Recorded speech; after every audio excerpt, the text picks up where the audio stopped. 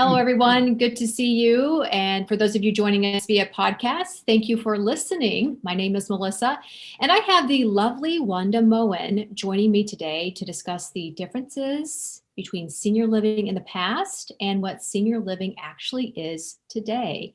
Hi, Wanda. How are you? Melissa, I'm good. How are you? Doing fantastic. I'm so thrilled that you could join us here.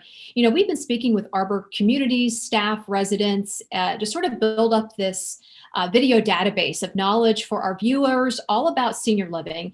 And I love our topic today. I think many people have this idea of what senior living is until they actually step into a senior living community today. We will have that conversation. But first, Wanda, tell us a little bit about yourself, your job at the Arbor Company, and your journey into senior living. Well, I have the great pleasure of working with the Arbor Company on our sales and marketing efforts and really changing the perception of what people think senior living is. I think we still have the perception of what it used to be years ago, the nursing home type. And my journey in senior living actually started when I was 10 years of age. My parents and aunts and uncles had a band that they called the Monasodas. And the Monasodas went to different independent living facilities and performed. And so my first interactions really with senior living were visiting my grandparents and performing at different independent livings. At 14, my parents really needed some help and I needed to go to work. And so they signed a release form and I became a housekeeper at a skilled facility. And fast forward then, I got my CNA's license and worked as a CNA. Working though as a 14-year-old, in a skilled facility, I loved taking my breaks on the fourth floor. The fourth floor was where our residents that were living with dementia lived. And at 14, I got to pretend, right? And I got to hang out with residents. One special lady, one day it could be I was her sister. The next day I was her best friend. It was always a lot of fun. And so my senior living journey started very early in life. However, I did end up getting out of senior living and going into multifamily. And my grandmother got very ill and was hospitalized, and I needed to go start looking again at senior living. And what I realized when I walked around is that my grandmother was full of life and she needed some place that was full of life. And I wasn't seeing that. I was seeing more of that nursing home type so many years ago. And I thought right then and there, I need to get out of multifamily housing and I needed to go to work in senior housing because it could be so much more than what it really is. And so that was 27 plus years ago. And it has really evolved over time. It's not the typical nursing home that people really think it is. And that's why we thought you might be the perfect person for this conversation. And you are. And I can't wait to hear your thoughts about this. So, as you kind of alluded to, unless you really have a family member who lives in a senior living community or you've been inside a senior living community recently, you probably don't give a lot of thought to senior living. Who does? Like Until who you need comes up it. and Right? says, I'm going to go look at senior living today.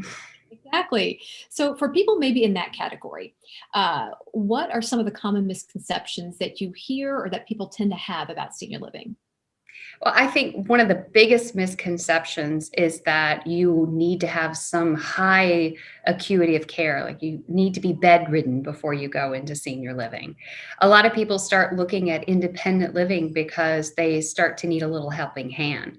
Independent living communities today are gorgeous. They're like resorts. You need to look at it more like that versus it's someplace you go to get assistance. You want to go into an independent living community when you can enjoy the pool and you can enjoy outings and happy hours and exercise gyms that are just extraordinary.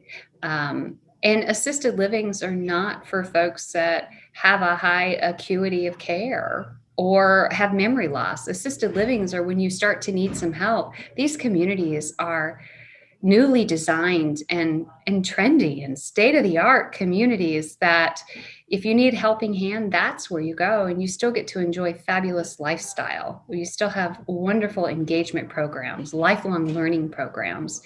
It used to be that retirement, you retired and you golfed and you did all that. We're working longer and longer these days, and retirement's becoming an older and older and older age. We're not retiring until well into our 70s, and you want to enjoy life. So the communities are designed that you're not retiring to stop living, you're retiring to start living. You're retiring because you want to take on another fun chapter of life. You want to learn a language, you want to travel to a foreign country, and you don't want to be bound by a home or responsibilities that a home offers. So independent living can be a fabulous thing for those that are newly retired and looking for their next great adventure. And assisted livings are gorgeous communities these days. They have pubs, they have workout facilities in them. The focus is on living. You might have some challenges, and that's okay. We're here to help you with those challenges, but the focus is still on what do you want to do in life? Mhm. So, Yeah. Yeah, and I mean, you really hit the nail on the head answering what was my next question, which is to just kind of, if you can, paint a picture of the landscape of what senior living is now. And I think you've done a fabulous job with that. So when we talk about the different types of care, this is where it can get a little confusing because 20, 30 years ago, you had one level of care. Either you lived in a home and you had someone come in and help you, or you were in a nursing home. So what are the different types of options that are out there for people today? yeah. So, like I said, there are independent living communities, and there are different types of independent living communities. Some have cottages, homes, they're gated communities, some have apartment buildings, but they're really about the amenities and the lifestyle that they offer. And so, when looking at an independent living, you should be the person that is retired, or maybe you're still working somewhat part time, but you're starting to really enjoy life and you want to take on that next big adventure and you don't want the responsibilities of a home. And you want a chef, and you want a housekeeper, and you want a landscaper, and you want a pool person. That's really what an independent lifestyle is about. Assisted living, you need a little helping hand. You're still full of life and you still got a lot of living to do. But you need a helping hand. You need somebody to help with medications. You need somebody to help with meals. You need someone to help you with your activities of daily living. And it's interesting because we use acronyms a lot in senior living, and activities of daily living are things that we all take for granted. It's dressing, it's bathing, it's brushing our teeth, it's combing our hair, it's making dinners, it's eating. That's what an assisted living is for. You still have a lot to offer in life when living in assisted living, and there's still things that you want to do. And the job is for the staff to help you do those things. Whether it's you want to still host parties, you can still host them. You just have a team of people to help you. If you want to travel, there's a team there, and we can help find people to help you travel. It's about having the assistance. And there are specialized memory care communities as well. And there are communities that offer the full continuum of care, the IL, which is the independent living, the assisted living, and the memory care. And memory care is for those that are really cognitively impaired. They're living with memory loss, and they need a helping hand there to help guide them through their days. Um, and at the Arbor Company, we have a program which is called the Bridges Neighborhood, which is for folks that have early memory loss. They're in the early stages of their memory loss, and they're still living life fully, and they don't need a secured neighborhood. They can still take advantages of everything a community offers, but they need people to help guide them and remind them and point them in the right direction. And we do offer that here at the Arbor Company. A lot of different options there. So, Wanda, what are some ways that the Arbor Company has moved the goalpost forward in terms of taking resident feedback and implementing those ideas in building new communities or perhaps renovating current and existing communities? So that is actually a great question. And one of the things that we do at the Arbor Company is always surveys. We're surveying staff, we're surveying residents, and we're surveying family members. And we're asking them, what do you like? What do you dislike? What do we do well? What do we need improvement on? And it just doesn't fall on deaf ears. We take that information back to our teams, and we work harder to do a better job at what people are looking for these days. We also share that information with the developers. So when we're asked to come and be a part of a project, we do get some insight into, well, this is what we're seeing that the current senior is looking for. And if you think about the current communities that are being built and the current new Arbor communities that do have the pubs and they do have the fast Wi-Fi in them, they do have full physical fitness centers, because the baby boomers and the next generation, they're looking about fitness, right? We're looking at being more proactive on our health. So what are we putting in our communities that help you be more proactive on your wellness? So I think that the information that we get back, we've done focus groups with residents in the past, really getting their insight for things, but we just don't let that information fall on deaf ears.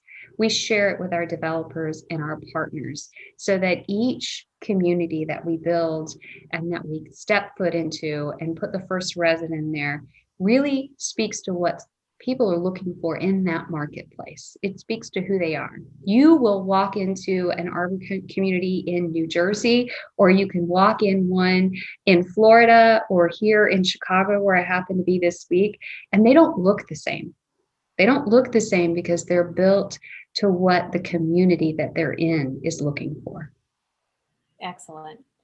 And I guess finally to wrap it up, everything you said can now be dizzying. So we go from maybe having just the one option to many options. And I know that can make it a little harder for people to decide what's going to be right for them.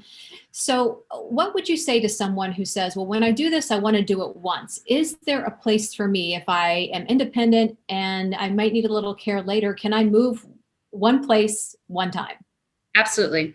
At the Arbor Company, you can live in any of the assisted living communities. In fact, we've kind of stopped labeling communities. We've been calling them senior living communities, right? Because at the end of the day, why put a label on somebody? We're not in a society of labeling anymore. And so we call them senior living communities because a community should be able to meet you wherever you are in life. So you can move into one of our senior living communities completely independent, and you can live there with no care services added on, and you can age in place. And let's say you never require services, good for you, but you still get to take advantages of all the services that the community does offer. And let's say you do age and you start to need some services. Those services can come on and be added to the apartment that you're currently living in. And majority of the communities do have a memory care neighborhood that is secured. So should you need that secured environment, you're not leaving the community and going someplace else. You're staying with the family that you've grown to know and love in this community that provides you care. And your family becomes a part of our family as well. And so you're just moving into a different neighborhood, but you're still seeing the same people.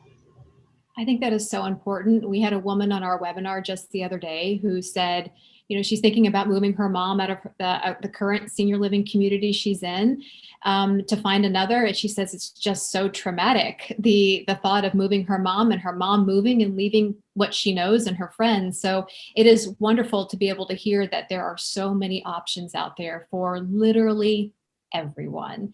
Wanda, yeah, we thank you so much for helping our viewers and our listeners paint a little bit different picture and maybe more accurate picture of what senior living is like today. Thank you.